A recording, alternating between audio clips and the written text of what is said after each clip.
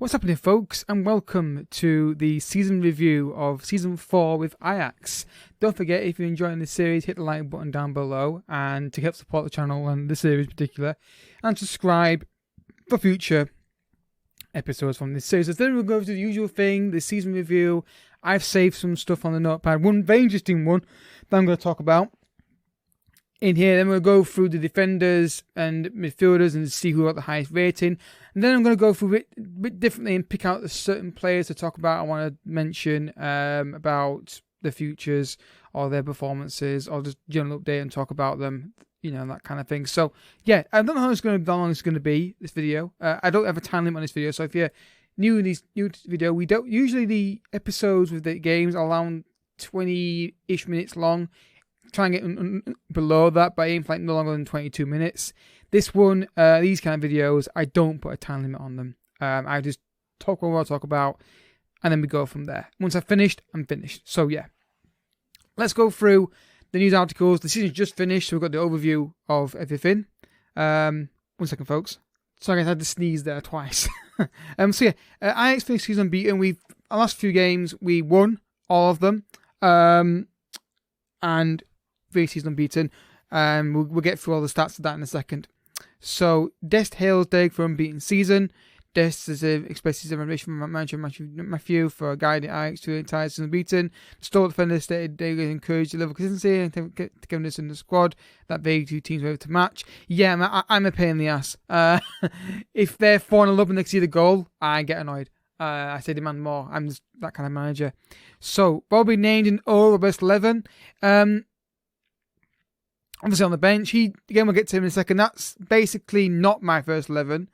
I would definitely go with Upamecano in there as my best 11. Haaland obviously still there, obviously from previous seasons. How's he got at Dortmund, by the way? Oh, I want him back. Who wants him now? Chelsea want him. I want him back. I really want him back. I miss Erling Haaland. So yeah, I'm liking this. I like how we've got 1, 2, 3, 4, 5, 6 signings in there that I've made in the overall best 11. That indicates that my transfer selection has been very good, which is nice to see. So end of season awards. Plans per season Esposito, not a big surprise there. 74% of the vote. Jeez, he walked it. And then goal season Reina, and then there's quite a few for him. Let's have a look at the goal he got for goal of the year. I don't remember it, but I'm sure it's a belt from long range.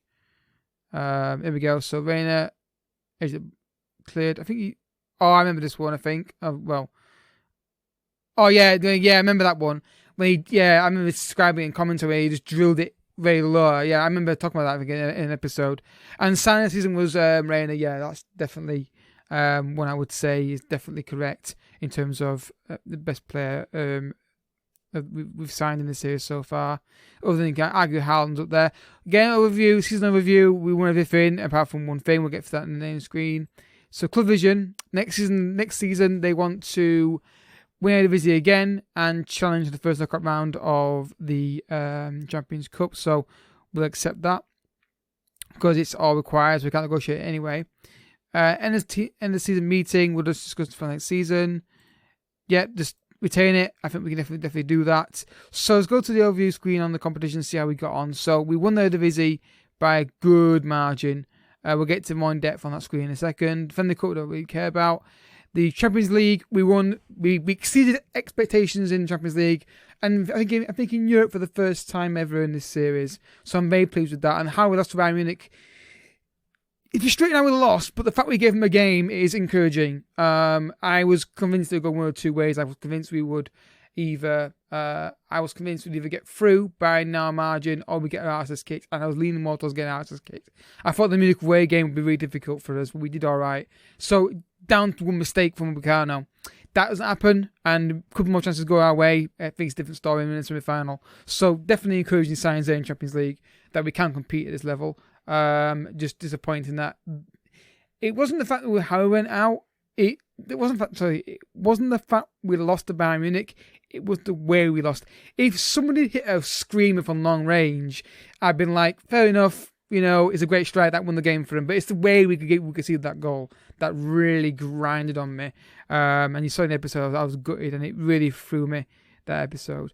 Dutch Cup won that competition again, and the Dutch Super Cup, we won that as well. So that's fantastic. Let's have a look at the Eredivisie in its full amazing glory. And I get the actual, glitchy here. So, as you can see, we scored 108 goals this season. That is up there with some of the best returns of goals I've had in a series ever. On a save ever, sorry. Only conceded 11 goals. I mean, it's one thing scoring 108 goals, but to have that defensive solidness. I mean, I don't know whether that's because we're so attacking and so dominant that teams just sit back very deep against us. I think that's definitely a thing. But 98 points, top points total. We absolutely walked the league. I think that's our highest points total we've had. So last year we got 85, then we got 92, and then 83. So, yeah, highest points total. And I think it's our second unbeaten season. Yeah.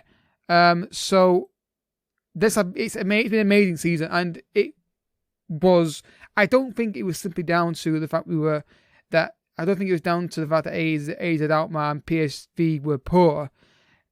I think we're just way better than them. I don't think when I watched their performances against us and saw the results coming through, they weren't bad. We were just way on a different stratosphere in terms of performance this season, and it really helped us in Champions League. That we helped Champions League, but still, when we did get caught in the whole we want to finish unbeaten now. You're that close. You want to set a record points total, don't you? And we did that very well. So next, we're going to go to some notes that have come up on, since we the last episode, including one interesting one, which I'm not going to do it, but I'm just going to bring it up and show you. So as you can see, we would have sacked Ole Gunnar Solskjaer from Manchester United. Now, the force decision, the pundits are speculating a high-profile manager, Christian Futhang, could potentially quit into Old Trafford, and he joins a high-profile list of names, which includes football luminaries as Conte and me. So I could apply for the United job and realistically probably get it. Now, I'm not going to probably do it because I think this is a series that I want to continue with Ajax. But it's an interesting thing that I'm linked to that United job. Where they finished the season, let's check this. They finished 6th in the Premier League. Who is this guy? Oh, it could be interesting. I mean, look at that. It'd be cool to have get Hakim Ziyech. They got Joao Felix, Vinicius Junior, Mason Greenwood. God, look at him, he's brilliant. I think it could be very interesting to see what we could do with that United team. But obviously, we're not going to do that because we're an Ajax manager. But it's just nice to see. High points, record points is a new record though. 98. And record number of wins as well. So there were interesting stats for us in that. So now it's time to go through the stats of the league and to see where we rank in all the various sections. So average possession, we are ranked 3rd with 53%, which is fine. Penalties taken, 12 penalties taken, 12 of them were scored. Fantastic. Headers won, still low on that, but then again, I'm not really thinking it's that much of an issue. Headers won percentage is getting down to 60%. Don't really care about yellow cards or red cards. Form, we're top. Unbeaten at home and away. We're going to be top on all those because we're unbeaten all season. Games won in a row, 12 in a row. Brilliant stuff. Again, games scored in a row, 41 games in a row we've scored. Games not losing, 41.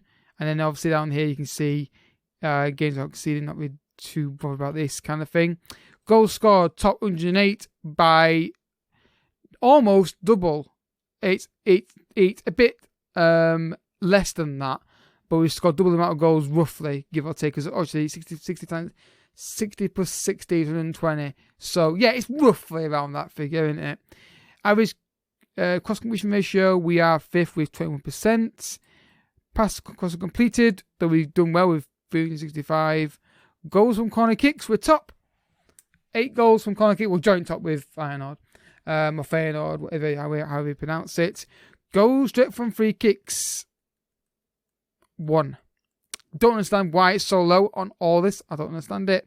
Indirect free kicks, though, we scored 13 goals from that, which is fantastic. I think that is really good. I think that's it's those deep free kicks where we see flick-ons from the far post and they go in. I mentioned them before in commentary. Pass completion ratio, 86%. That's fine. I like to be these over 85, possibly. Passes completed. Again, we are more direct. I think we are passing sometimes. Chances created, 140 chances created. PSV right behind 133. Shots on target, 49%, but we're having way more shots. So I would expect that to be a bit lower. I'd be very surprised if it was top as well. Shots on target, 379, which is brilliant. Conversion rate of 14%. We're top, quite rightly, because of the amount of goals we scored. We're going to be up there. Fouls against, 560, which is, again, not a big surprise, given that we have a lot of the ball. And dribbles per game, 18, joint top with AZ. So defending, we conceded the least amount of goals. Not a single goal conceded from corners. I think that might be the first time that's ever happened on this series. I think that's one thing I want to work from. Goals conceded from free kicks, from 0. Zero again. Clean sheets 24. Fouls made, again, these kind of things down here are not really going to be that interesting to look at, to be honest with you. Penalties conceded, 2 penalties conceded all season, which is, again, I'm very happy with that.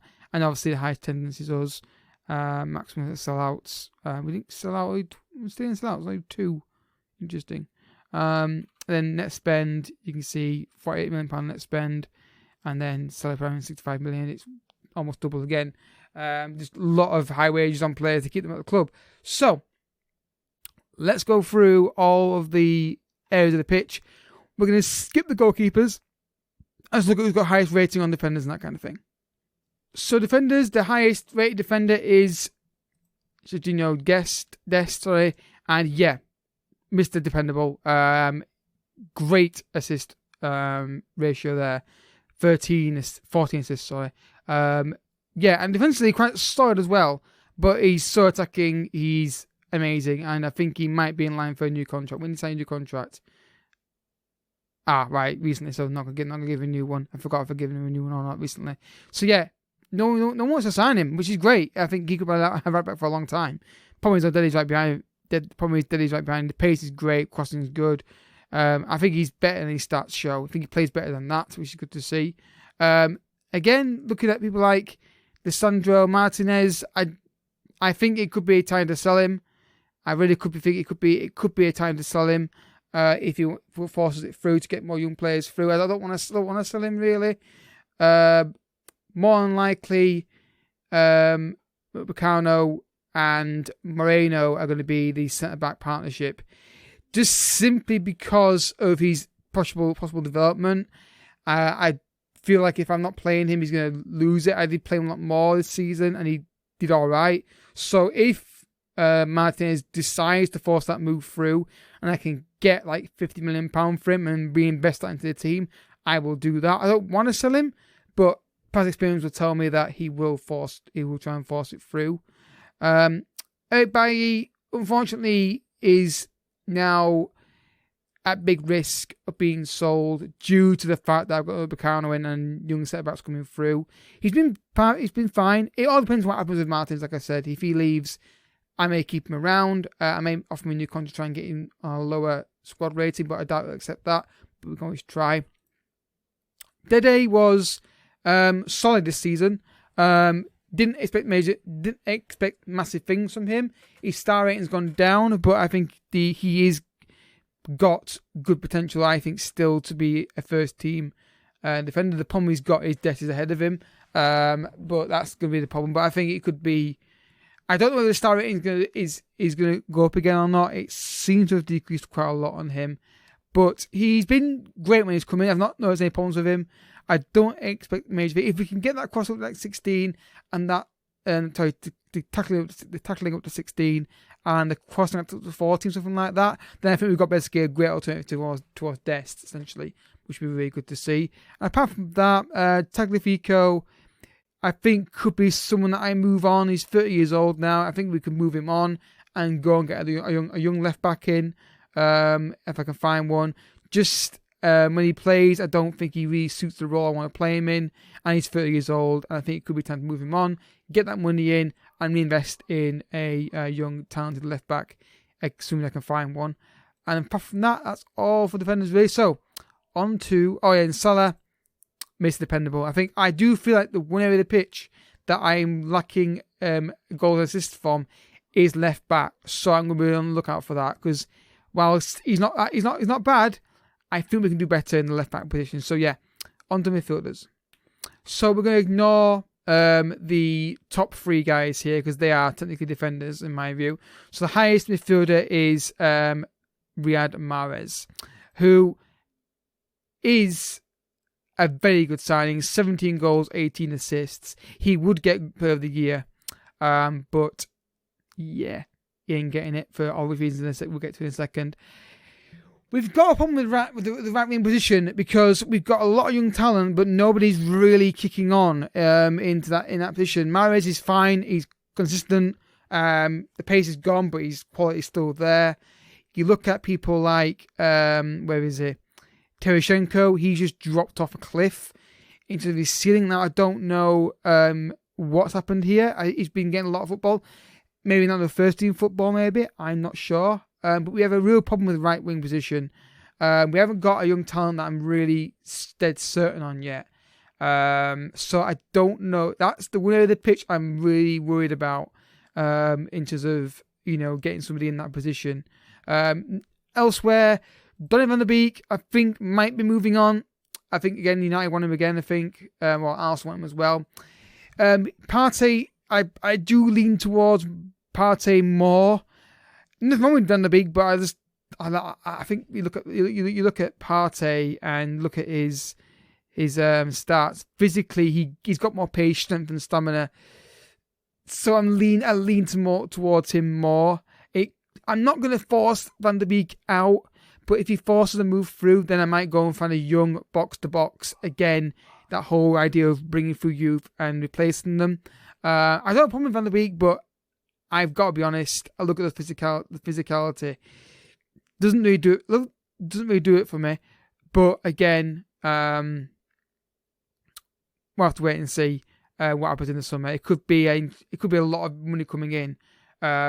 Again, it's all if, buts, and maybes. But I think the idea would be we sell Tagliafico, get a young left back in to develop. If Van der Beek decides to move on and forces a move through, which I'm okay with, I then sell him and bring in a decent, young, talented box-to-box, back up to Partey, and so on and so on and so on. That's the plan anyway. But again, I'd rather keep him. The ideal scenario would be I keep Van der Beek and I buy that one. I buy a young box-to-box anyway, and to ease them in. But if I have to, I'll go and buy somebody. I'll try and find somebody at least anyway. So elsewhere in the midfield areas, I think we can... Oh, wait, is he not on this? Okay, the classrooms are forward, aren't they? So we're going to bring the forwards on here as well, actually. There we go. So you're looking at Ronald. Solid. Doesn't get many goals and assists. Got a couple of belters back end of the year after the title was secured. But I love his passing range. He's brilliant. Tonali is Mr. Dependable, nice and solid, not complaining much. He's a star player, but don't play much. I may try and get that lowered down a bit. But yeah, he's been overshadowed by Donald, to be honest with you. Ronald, sorry. God's sake. But the player of the year, the player of the year is not going to be Reina, but tell you what, if he's in next year, it's going to be hard to keep him off that. Amazing impact he's had, 7 goals, 8 assists. That's good for me from a cam point of view. Just love that pace, that acceleration he has to run through defenders and midfield, and is fantastic. And his long shots are insane. You've seen obviously goal of the year that he scored. And you're looking at, and then the guy, where is he? Is he on it? There we go. The guy that got away and came back. He's had an amazing season. He has got 16 goals and 19 assists. I knew it'd be good. It was one of the things about his save that really annoyed me early on that we didn't manage to keep him. but then we've got him back, and I think he's been worth the money. He's been fantastic, and he's not even at his peak yet. So I think we've got something really exciting here, and hopefully he wants to stay long term. So let's get to the forwards. I think we all know who we're going to be focusing on mainly here. So yeah, Hakim Esposito. He's got more goals than games, and that's amazing. Awesome player, fantastic footballer, and guess who wants him? Yep, everybody. So it could be a battle to keep him. It really could. I am willing to sell him if I get an insane offer, but I don't want to. I have a rule. I'm not gonna let two big players leave. That Maddison's one that might be leaving, because I think I'd sell Maddison if he forces it through again and bring Almeida back. But Esposito, I would like to keep him another year, and try and use Brian a bit more, because he's shown. I forced him in the last few games of the season, and I think there's definitely something. I don't think it's disastrous if we lose Esposito. I think we may lose a lot of goals, but I don't think it'd be a massive problem if he left, because I think Brian would be able to step up and cover that. And then you're asking like Mahrez and people like that to step up with the goals. I think he's got so many goals this year. We can afford to lose a few. I just think it was an insane season from Esposito. Again, it'd be a case of if Esposito was to leave the club, he would then be replaced by a young striker from the youth system, which will most likely be this guy. More than likely, he'd be the backup striker.